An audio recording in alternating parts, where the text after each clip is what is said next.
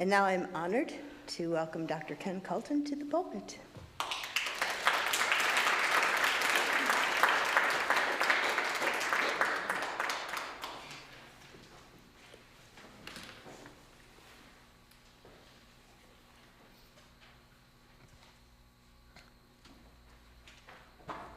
Hello, I'm Dr. Ken Coulton. Wow, this is great. I'm the chair of the Sociology Department at Niagara University. I'll talk a little bit about sociology, first defining it shortly, but first, of course, I want to thank Michelle and all of you for having me here today. Some of you may know I've been interviewing people about their experience with different religious groups. So I'll talk a little bit about that too, just a bit later on, but primarily I'll talk about sociology, the sociology of religion, and what excites me about the topic, as well as some findings from some past research that I've been involved in there at Niagara University. So first, what is sociology? It's not obvious to everybody what it is. I get that question all the time. So the simplest way to see it is it's the study of anything that people do in groups. That's a lot, right? So where psychologists focus on the individual, we focused on the social context in which individuals live. But right there, we kind of have this big sort of inversion of a lot of people's understanding, especially in a very individualistic society, that we tend to understand in sociology, we understand individuals as being the product of groups that they're a part of. That group involvement is sort of primary, and the individual comes out of that. And groups can be, all sorts of different environments that we find ourselves in, maybe starting with the neighborhood that you grow up in, and any kind of group that, schools that you go to, your family, all of these kind of count as groups that shape who you are. So, of course, religion is important because for many it serves as a primary reference group. Religion can affect attitudes, beliefs, actions, voting habits, even indirectly education, income, and so forth. So, how have sociologists thought about religion in the past? Surprisingly, maybe surprisingly to you, for a long time sociology as a discipline thought that religion was going away. That secularization was the primary direction, that because of modernization, technological advance, communications, it would make it, this would make it harder for religion and spirituality to survive. And behind that thought is this notion of the sacred canopy by Peter Berger. And the idea of the sacred canopy is really simply this. It reminds me of somebody I spoke to who grew up in the Greek Orthodox tradition and religion. And she said, well, I went to Greek Orthodox church, all my family, they're Greek, we speak Greek, every wedding and every occasion is a Greek occasion, our neighborhood, our food, everywhere that this person went, they were reminded of this identity of being Greek Orthodox. So perhaps some of you could think about, maybe you came from a different tradition or, that seemed to have those elements, right? So everyone you knew, everywhere you looked, people had the same beliefs and the same ideas. This is what Peter Berger meant by the sacred canopy, right? So when you have that, it becomes easier to believe and think similarly to all the people that you know who sort of reinforce those ideas and beliefs. But, sociologists recognize that our world is most certainly changing and becoming more complex, more pluralistic. So it's very likely that people were not going to be able to exist within a sacred canopy as much.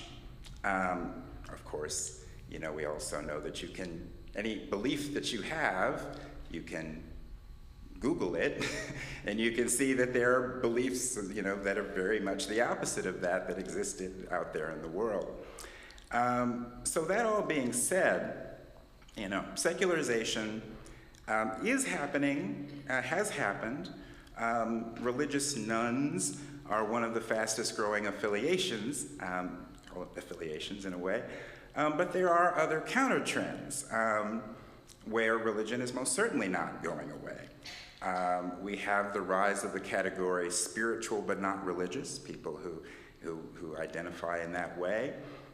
We also have growth of fundamentalism around the world in various ways, evangelicalism here in the United States, and mega churches are very popular in a lot of places. So there's sort of many trends and counter trends going on with religion. Now, of course, there's also the impact of religious beliefs on so-called secular society, right? So other people's beliefs, even if you don't share them, find their way into law and find their way can affect all of our lives, of course. So there's a lot happening here with trends and counter trends with religion. Excuse me. So now I guess you might have a better sense of why we study religion, why we believe that it's important. Though one's religion may be a private matter individually, the effects of religious belief often have public consequences. Human actions are driven by beliefs, whether true or not, right? And religion is a place where beliefs can thrive on faith and be reinforced by the collective. When I teach my Sociology of Religion course, I show a documentary, a 2006 documentary called Jesus Camp, that depicts Christian evangelical socialization of young people to support often right-wing policies, and there's a lot of demonizing of the other side that you see in this documentary, where young kids are told that all the problems in the world come from those folks, right? So in this way, religion, when used in this way, can be a powerful engine of identity formation, right? So that people come to see themselves and tie themselves to a certain set of beliefs or ideas, and this becomes their very identity. Now, as a scientist, I like to think that, when I learn that I'm wrong about something, I can still be me. I can change my mind, I can reassess, I can go back, and that's okay, right? That's a good thing. And I can adjust to it. I'll still have my identity. I can still be a scientist. I can be allowed to be wrong. If I don't correct myself, that's not good, right? I'm supposed to make that correction. And I think that's a positive, healthy thing to be able to do. But sometimes beliefs can be so firmly ingrained that they can cause people to hold their identity to a set of ideas, and even in the face of contrary evidence, they still may hold on to that. Okay, you might even, and I have one last thought on that. Someone might say, and I've actually heard this from people, if I change this idea that I have, or if I had to change, I don't know what I would do. I would be lost, right? It really sort of, people can't imagine a world outside of a certain belief system sometimes. Okay, so that brings me to my research on young adults at Niagara University, past published work. And I'll tell you a little bit about where this started. I showed up at Niagara 17 years ago now or so, and it is a private, mainstream denominational Catholic institution. And I guess I expected there to be more Catholic students, or that to be more of and there are some, There are many, actually. But what I found it is a very sort of diverse student population, and over 1/3 of the students would consider themselves non-religious in one way or another, nuns, that category. And so, and then there are Muslim students and Jewish students and, students from, it's more global, becoming a more global campus. So anyway, my thought was, well, how did they get along so well, right? Why don't they fight? Maybe that's a negative way of saying it, but they never seem to have debates about religion or that be an issue. And we, in sociology courses, we talk about a lot of different, ideas and concepts. But religion never came up as a point of contention for them. So eventually I thought, well, at some point I want to get around to talking with them about this and coming up with a research project. So eventually I did. And so before I, of course, launched into it, I read the available literature on youth and religion. And I came across this idea by the author Christian Smith called moralistic therapeutic deism. That's words, moralistic therapeutic deism. We'll call it MTD for short. So basically with this idea, what Christian Smith, and he did a couple of really massive studies of talking to, across the country, and even some global work, talking with young people about how they were thinking about beliefs and religion. And what he came to is that young people seem to have, as he would put it, invented their own religion. One devoid of concepts like hell or punishment for bad deeds. Young people of most faith traditions believed in a sort of, I think you used these sort of buddy Jesus that could be called upon in times of uncertainty. They were, had a sort of moral code that they developed, this moralistic therapeutic deism. They tend to celebrate diversity. They support environmentally friendly practices. They're against cruelty in all forms. Generally speaking, this is sort of an underlying youth morality that he associates with this MTD. And so I became interested to learn if MTD is something that existed at NU and at Niagara. And if so, was it what allowed students to coexist? I also wanted to consider the mainstream denominational context and what effect it had on belief more generally, but I won't go into that. So, what were my findings? Well, I think this is good news about young people. I guess you don't often hear so much good news about young people. So, so I think this was good news. Well, I'll couch that. So the first thing that surprised me was that students who identified with thought of themselves maybe as strongly religious, tended to not have very much of an idea of the ideas of that particular religion. So I would ask them if a student is strongly Catholic, well, what are the, I would ask them, well, what stories or scripture or, what is important to you about this religion? And they would say, well, I believe in God. It's like, but not to, that's fine. I mean, but when I tried to dig further, there must be something, but there often wasn't. It turns out that the students who thought of themselves as strongly religious tended not to really have too much of a, knowledge or awareness or care specifically about the specific tenets of that religious tradition. But they did have an interest in talking about students who were non-religious as well as religious, about astrology, karma, this idea of angel numbers, which was new to me at the time. So maybe some of you are aware. But they talk about these things widely. They do enjoy sharing ideas about ultimate meaning, as in talking about religion as a way to build community and social cohesion. They have to sort of get over some prescriptions, that you're not supposed to talk about religion, but with close friends and late at night and behind closed doors, they tend to do it, and they enjoy it. They thought that the beliefs of others are interesting in general. They were interested in learning about what other people believe, including, in their own friend groups. They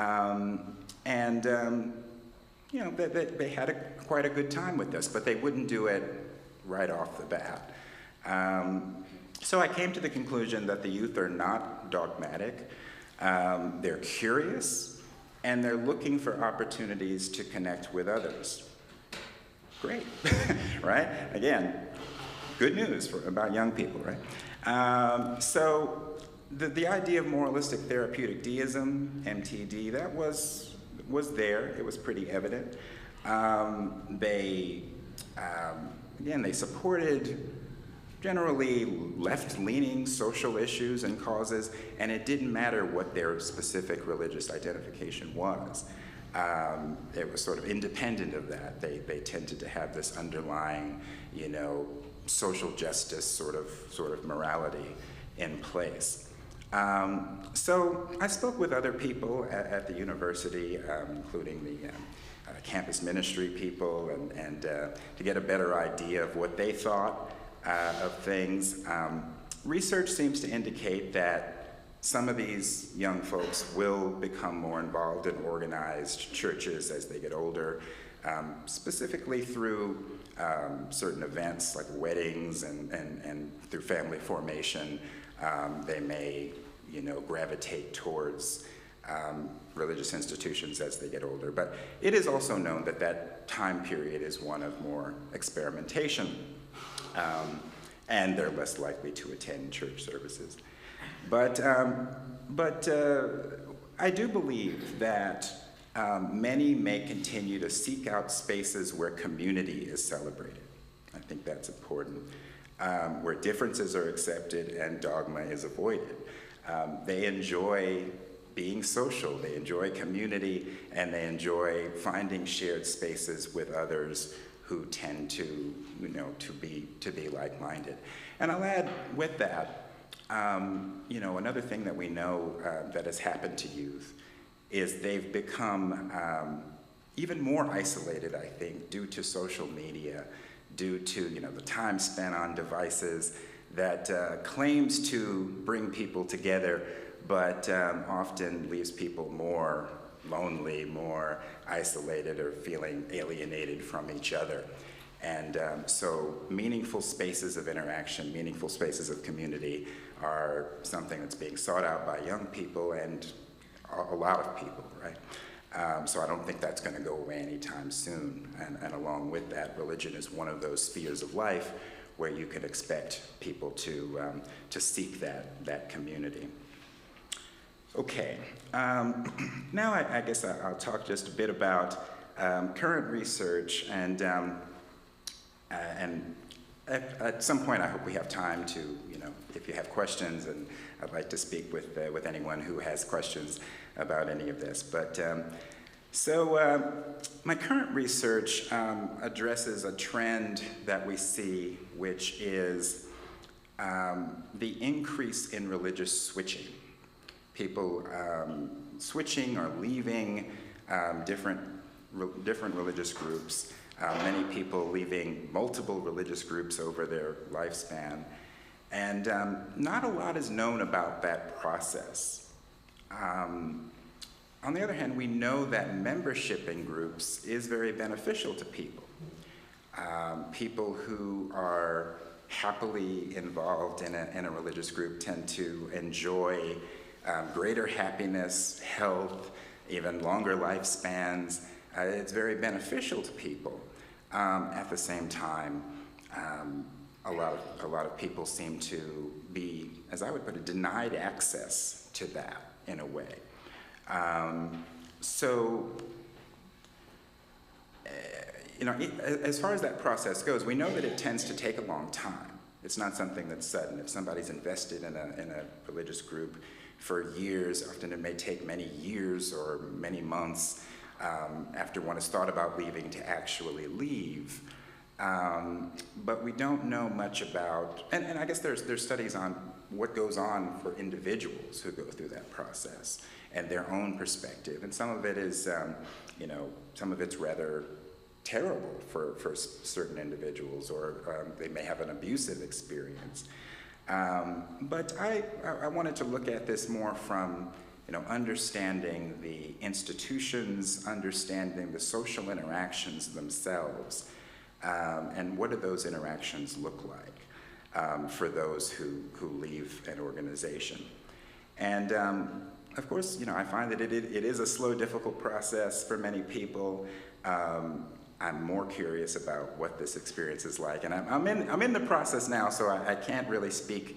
I'm sort of not prepared to go into it in more detail, but I'm looking forward to how it's all going to come together, and I thank those who I've spoken with thus far about it.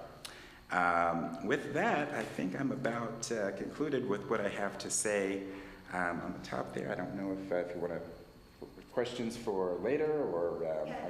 Okay, very well. Thank you. All right, well, thank you. Thank you all.